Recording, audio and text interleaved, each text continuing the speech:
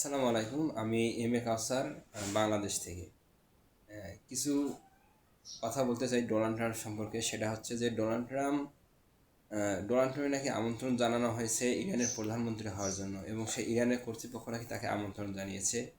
আসলে এটা ডোনাল্ড ট্রাম্পের মন গড়া কথা, এবং কখনোই ইরান এ ধরনের কাজ করতে পারে না যে ডোনাল্ড ট্রাম্প আমাদের দেশের প্রধানমন্ত্রী হোক। এবং আরও কিছু খবরে দেখা যাচ্ছে যে ইরান নাকি 10টি ট্রাক, 10টি জাহাজ পাঠিয়েছে, তেলবাহী 10টি জাহাজ পাঠিয়েছে ডোনাল্ড ট্রাম্পকে উপহার দেওয়ার জন্য। কিন্তু আসলে এই সংবাদগুলো শুধু ডোনাল্ড ট্রাম্পের মুখ থেকেই শোনা যায়, তাছাড়া কিন্তু কারো কাছ থেকে শোনা যায় না, বা ইরানের যে সংবাদ মাধ্যমগুলো আছে এদের কাছ থেকে কিন্তু কোনোভাবেই শোনা যায় না।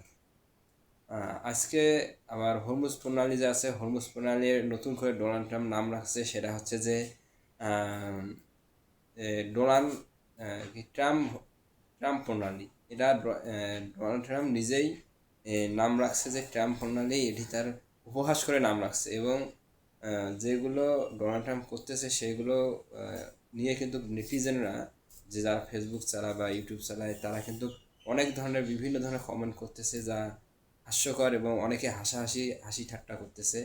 কিন্তু ডোনাল্ড ট্রাম্প হয়তো তাদের মন গড়াই কথা বলতেছে, কারণ কোন সময় কী হবে কী করবে ডোনাল্ড ট্রাম্প তা কিন্তু বলা মুশকিল, কারণ সে মুখে বলে এক কিন্তু কাজ করে আর এক, মানে যেটা তার কথার আর কাজের তেমন কোনো মিল পাওয়া যায় না।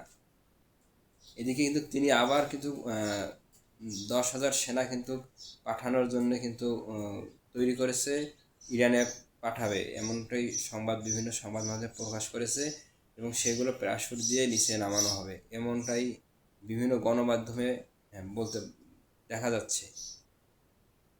আসলে যে ইসরায়েলের খবর, ইসরায়েলে বর্তমান যে অবস্থা আছে তাতে তাদের যে সেনাপ্রধান যে বক্তব্য দিছে, তাতে দেখা যাচ্ছে যে তাদের সেনাবাহিনী প্রায় শেষের দিকে, এবং তাদের যে সেনা কাঠামো আছে সেটি কিন্তু ধ্বংসের দ্বার প্রান্তে পৌঁছে গেছে, এমনটাই কিন্তু তিনি ইঙ্গিত দিয়েছেন। এবং কারণ তাদের দেশে যে বিভিন্ন দেশ তাদের দেশকে আক্রমণ করে, মানে যেমন লেবানন, তারপর হচ্ছে হিজবুল্লাহ, এরপর ইরান, তারা কিন্তু যৌথভাবে ইসরায়েলকে কিন্তু আক্রমণ করতেছে। এবং ইসরায়েলে কিন্তু একটা নিয়ম আছে যে 18 বছর পার হলেই তাদেরকে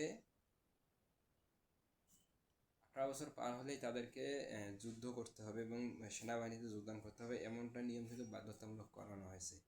কাজেই তারপরেও তাদের দেশের মানে সেনা সংকট দেখা দিয়েছে, কারণ বিভিন্ন দেশ থেকে আক্রমণ করলে অনেক সেনা মৃত্যুবরণ করে, এবং অনেকেই তাতে যোগদান দিতে চায় না এমন অনীহা প্রকাশ করে, যার কারণে তাদের কিন্তু সেনা সংকট দেখা দিয়েছে। আর এরকমভাবে চলতে থাকলে তাদের সেনা যে অবকাঠামো আছে সেটা কিন্তু খুব তাড়াতাড়ি ধ্বংস হয়ে যাবে। আজকে ছিল এই পর্যন্তই। ধন্যবাদ সবাইকে।